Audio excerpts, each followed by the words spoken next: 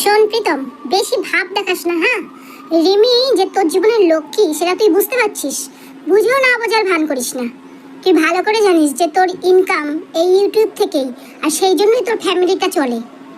যখন এখান থেকে 11 মাস আগের কথা ভাব, তোর কাছে যখন রিমি ছিল তখন কিন্তু তোর প্রচুর ইনকাম হয়েছিল এবং তুই একটা গাড়িও বুক করে দিয়েছিলি। তারপরেই তোদের মধ্যে ঝামেলা শুরু হলো। যাই হোক, তুই আর রিমিকে আনলি না। রিমি বাপের বাড়ি গেছিল তোর উপরেই অভিমান করে। তোর উপরে অভিমান দেখিয়ে স্বামীর উপরে রাগ সবাই করে, সেই রাগ দেখিয়ে ও বাপের বাড়ি গেছিল। হ্যাঁ, মানলাম। তাহলে কিন্তু তোর আনার অধিকার ছিল। কেন বলতো? যেখানে তুই ওকে ভালোবাসিস তারপরেও কেন আনবি? কারণ তোর পাশেই তার একটা ডাইনি রক্ষিতা রয়েছে। তুই মনে করেছিস ও যদি না যায় এর সাথে আমি বেশ কষ্টি নষ্টি করতে পারবো, আর করেও নিয়েছিস। এই টানা 11 মাস ধরে করেও নিয়েছিস, আর সেইখানে মেয়েটাকে তুই মানসিকভাবে নির্যাতন করেছিস। তুই জানিস, তুই নিজের মুখে স্বীকার করেছিস যে ও তোর লিগ্যাল ওয়াইফ। তারপরেও তুই তাকে এতটাই কষ্ট দিয়েছিস। এবং তুইও জানিস যে তুইও ইউটিউব করিস, ও ইউটিউব করে, কিন্তু ও মানুষের সাথে ভিডিও করেছে, হেসেছে, কেঁদেছে, ওর ফিলিংসটা জানিয়েছে। ও হ্যাঁ, ও বিট্টুর সাথে ভিডিও করেছে, তার সাথে অপূর্বর সাথে ভিডিও করেছে। করলেই কি, তোর মতন কিন্তু একই বেড শেয়ার করেনি, তোর মতন কিন্তু নোংরামো করেনি।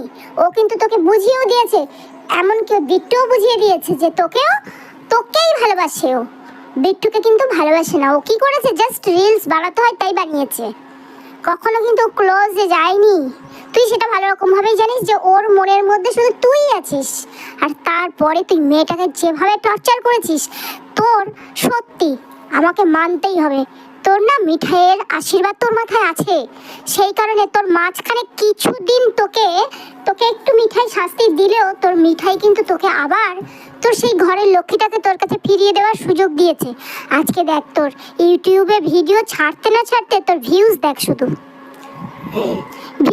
তুই শুধু তোর মায়ের ভিউজ দেখ, তোর সাবস্ক্রাইব দেখ বাড়ছে। কয়েকদিনের মধ্যেই তোর 3 লাখ পেরিয়ে যাবে। আবার তুই লাল গাড়ি কিনতে পারবি। তোর মনে আছে, তুই ওই গাড়িটা ওকে নিয়েই কিন্তু বুক করেছিলি, আর সেই গাড়িতে তুই একটা দিন ওকে বসাসনি। সেখানে সেই গাড়িতে ওর সামনে তুই রক্ষিতাকে নিয়ে ডাইনিটাকে নিয়ে ঘুরে বেরিয়েছিস, আর সেই ডাইনি তোকে সর্বস্ব একদম শেষ করে দিয়েছে। গাড়িও নেই, বাড়িটাও বন্ধক। আজকে তোকে ইউটিউবে শুনতে হতো পাঠা, তোকে নানা রকমভাবে তোর বাজে কমেন্টস করতো, তোর সাবস্ক্রাইব কমে যাচ্ছিল, তোর ভিউয়ার্স কমে যাচ্ছিল। তোর ইউটিউবে দেখ, তোর যেখানে এখন 1 লাখ ছাড়িয়ে যাচ্ছে, সেখানে তোর আগে ভিউ হতো 6,000, 5,000, 4,000, কখনো বা 8,000। তোর মাকে কত কিছু শুনতে হয়েছে, কুইন্টুয়ালি, তারপরে কত কিছু বিদ্রুপ শুনতে হয়েছে, কত রকম ভাবে বিভিন্ন রকম নোংরা ইমো দিয়ে তোর মাকে কত কিছু ভিডিও সবাই বানাচ্ছে, কত রোস্ট বানাচ্ছে। একটা মা যে তোর জন্ম দিয়েছে, সেই মায়ের অপমান তোর গায়ে লাগতো না? তোর গায়ে যদি লাগতো না, তুই ডাইনিকে না সাথে সাথে ত্যাগ দিতিস যে তুই আসার পরে আমার সব কিছু মানে একদম নিঃশেষ হয়ে গেছে, আমার রিমিই লক্ষ্মী ছিল। হ্যাঁ, আজও বলবো, তোর না মিঠাইয়ের আশীর্বাদ আছে, আর সেই আশীর্বাদটা তুই বোঝার চেষ্টা কর।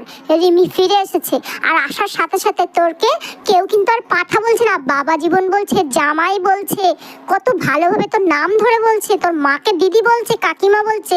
তোর মাকে কিন্তু আর পাঠার মা বলে না, কুইন্টালি বলে না, তোর মাকে কিন্তু সম্মান দিয়ে কথা বলছে। তোর মায়েরও ভিউজ বেড়ে গেছে। তাহলে তোদের কি উচিত না রিমিকে মাথায় নিয়ে রাখা, ঘরের লক্ষ্মীকে মাথায় তুলে রাখা? তাহলে কিন্তু মিঠাইয়ের আশীর্বাদ তোদের মাথায় আবার আসবে, আরো বেশি করে আসবে। আর কি হবে বলতো? খুব শিগগিরই না আবার একটা লাল গাড়িও নিতে পারবি, আর সেই গাড়িতে করে না সবাই খুব আনন্দে ঘুরতে পারবি। হ্যাঁ, আর এখানে না তুই ভালো রকমভাবেই জানিস যে রিমি আসার পরেই তোর ভিউয়ার্স গুলো আসছে, তোর আরো সাবস্ক্রাইবার বাড়ছে। এরপরে কিন্তু তুই নিজেকে আবার জাহির করিস না যে আমার নিজের ক্যারিয়ার আছে, তাই আমার ভিউয়ার্স বেড়ে গেছে, আমার সাবস্ক্রাইবার বেড়ে গেছে। না, রিমি এসে বাড়াচ্ছে, এবং রিমিকে যদি তুই আবার লাথি মারিস না, তোর দিকে মিঠাই কিন্তু আর কোনো দিনও ফিরে তাকাবে না, বারবার কিন্তু ঈশ্বর ক্ষমা করে না, জানিস তো? তো শোন, রিমির মাথায় কিন্তু একটু হয়তো নাট ঢেলা আছে, কিন্তু তোর প্রতি ভালোবাসাটা কিন্তু ওর অগাধ। ও এই হচ্ছে স্বামী ভক্তি, আর ও সত্যিকারের একটা লক্ষ্মী মেয়ে। ওকে কিন্তু মাটির ডেলার মতো, ওকে কিন্তু তুই তৈরি করে নিতে পারিস। ওকে তুই যেমনভাবে তৈরি করবি ও কিন্তু সেইভাবে হয়ে যাবে। কিন্তু ওই ডাইনিটাকে যদি তুই আবার কাছে ডেকেছিস না, তোর কিন্তু পতন অনিবার্য। তাই বলছি, ওই ডাইনিকে না আস্তে আস্তে তুই বিদায় কর, আর ভাব যে তোর লক্ষ্মী তোর ঘরে চলে এসেছে, ওকে সুন্দর করে রাখার দায়িত্ব তোর, তোদের ফ্যামিলির। হ্যাঁ, দেখছিলাম তোর মাসি ওকে খুব ভালোবেসেছে, মাসির বৌমা ভালোবেসেছে, খুব ভালো লাগছে। তো এইটা জানি না ভেতর থেকে করছে না বাইরের থেকে করছে। যদি ভেতর থেকে করে তাহলে কিন্তু তোদের প্রতি এই ভিউয়ার্সদের ভালোবাসার সম্মান আরো বেড়ে যাবে। আর এইটাই তোরা কর, দেখবি তোদের ভালোবাসবে আরো আরো করে। আর তোর খুব শিগগিরই তোদের জায়গা কেনার আশা, গাড়ি কেনার আশা, ভালোভাবে আরো বাড়িটাকে সুন্দর করার সমস্ত স্বপ্ন সফল হবে, এটা আমি বিশ্বাস করি। কারণ কি, তোর দেখেছিস তোর চ্যানেলটা কত গ্রো করছে, কত দিন দিন তোর সাবস্ক্রাইবার বেড়ে যাচ্ছে, দিন দিন ভিউয়ার্স বেড়ে যাচ্ছে। দেখ, এক একটা ভিডিও তুই ছাড়তিস আগে তোর ভিউয়ার্স মানে ভিডিও দেখতেই আসতো না। তুই কি বলছিস নোটিফিকেশন তোমাদের কাছে যাচ্ছে না? এখন নোটিফিকেশন কি করে যাচ্ছে বস? ভাবতে পারছো না? না ন্যাকা ন্যাকা না ভাব দিও না, ন্যাকা ন্যাকা ভাব অনেক দিয়েছো, আর দিও না। ওই যে বউটা এসেছে না, লক্ষ্মী বউটা, বউটাকে না ভালোবেসে কাছে ডাকা। শোন, সামনেই না নাকি তোর অ্যানিভার্সারি আছে, রিমির জন্মদিনও আছে।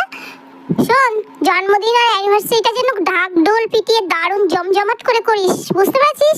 আমরা ভিউয়ার্সরা যেন খুশি হই, আমরা খুশি হলেই জানবি তোর মিঠাইও খুশি হয়ে গেছে, বুঝতে পারছিস? আর ভিউয়ার্স আরো আরো আসবে তোর চ্যানেলে, আর তোর সাবস্ক্রাইবার না আরো বেড়ে যাবে। 3 লাখ হতে কিন্তু আর বেশি দেরি নেই, শুনে রাখ, ঠিক আছে? তো মেয়েটাকে আর কষ্ট দিস না।